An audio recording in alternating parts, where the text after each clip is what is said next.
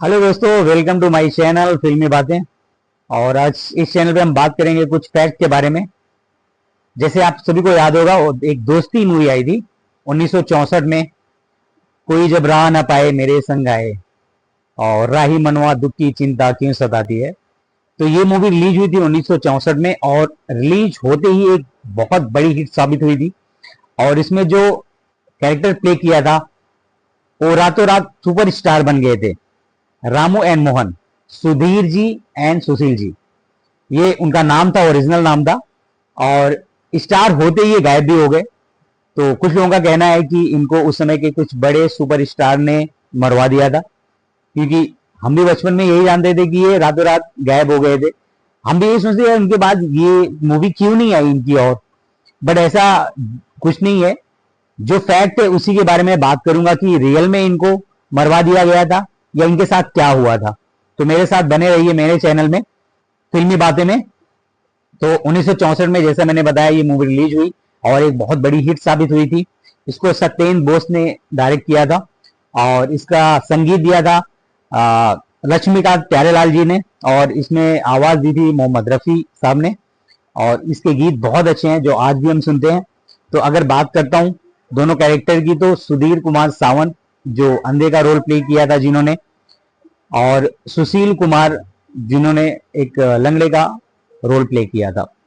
तो अगर सुधीर कुमार जी की बात करूं तो उनका नाम था सुधीर कुमार सावंत। तो एक महाराष्ट्र फैमिली से थे, मुंबई के लोअर परेल इलाके में रहते थे।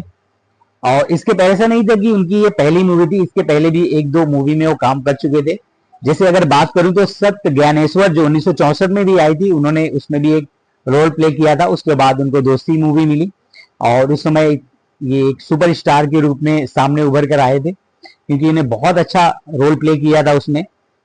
और उसके बाद धीरे धीरे ये मूवी से गायब होते गए। बट क्यों गायब होते हुए उसका रीजन है, ये उसके बाद इनको ऑफर हुआ साउथ, वहां पे उन्होंने कुछ मूवी में काम किया, बट वहां उतना इनका कैरियर चल नहीं पाया। तो ये रिटर्न फिर हिंदी सिनेमा में आए।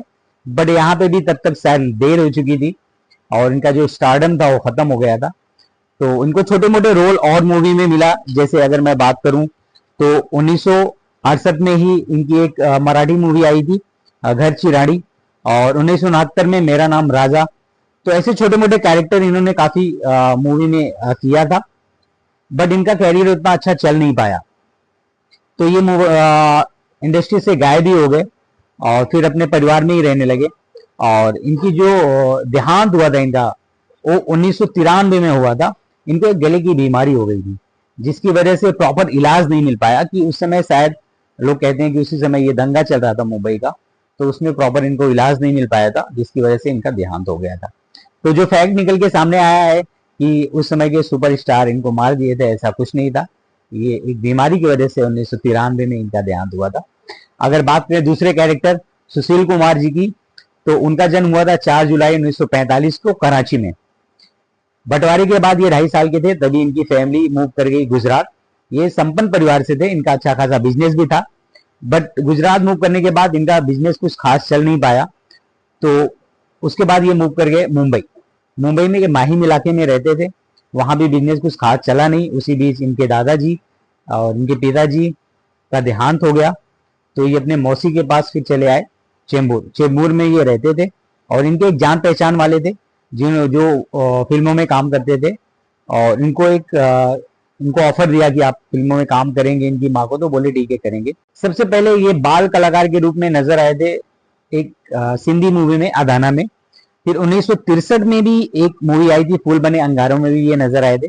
उसके बाद इनकी मूवी ली दोस्ती, जो एक ब्लॉकबस्टर मूवी थी, बहुत हिट हुई थी।